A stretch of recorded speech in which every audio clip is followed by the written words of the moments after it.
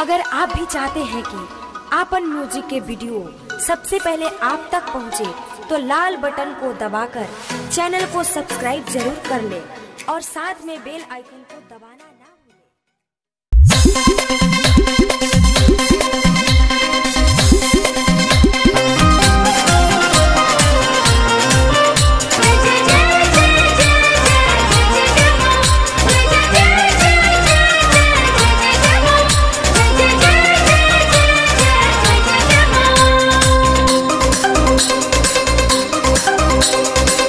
सभावा में खड़ा होके तोहके गोहराई, हंस के सवारी कके जल्दी से आई।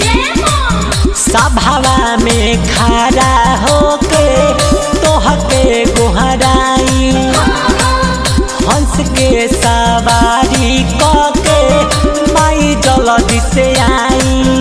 और भगिया जगाई दोना, गाई दोना, बीरा वाली माई मुस्काई दोना, दर्शन देखाई दोना। बीरा वाली माई मुस्काई दोना, दर्शन देखाई दोना।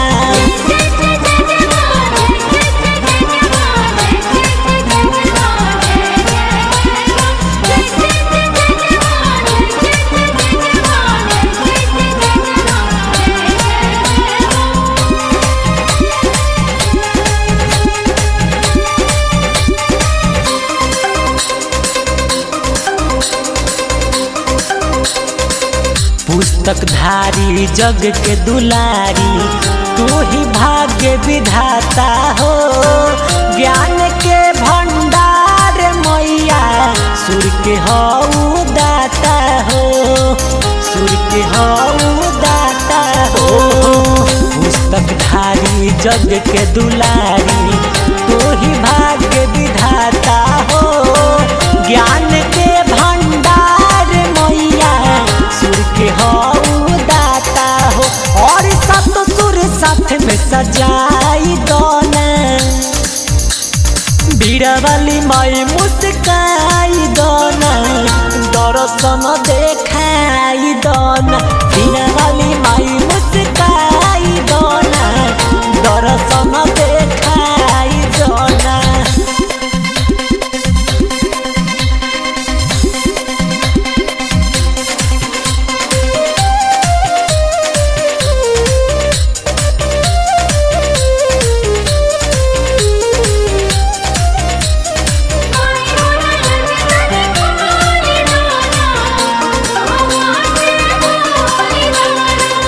पढ़नी ना लिखनी तनिको बानी है आस में, बस तू संगीत बन के माई हमारा सांस में, माई हमारा सांस में।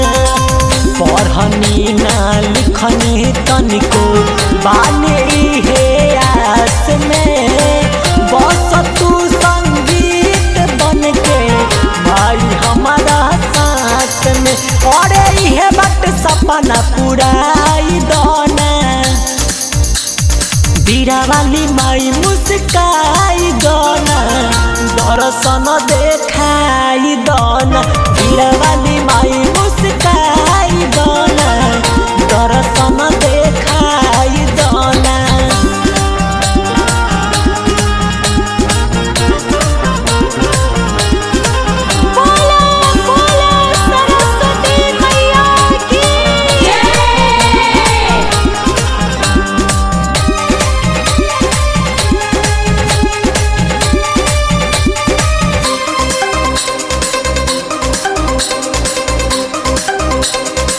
लिख गीतिया अनिल बेला, आके राउर शरण हो।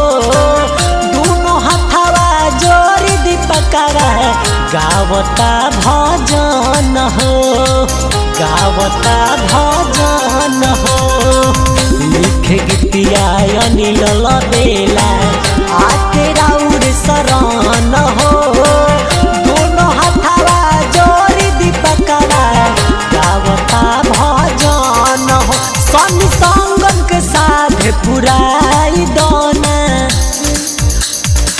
हीरा वाली माई मुस्काई दोना दर्शन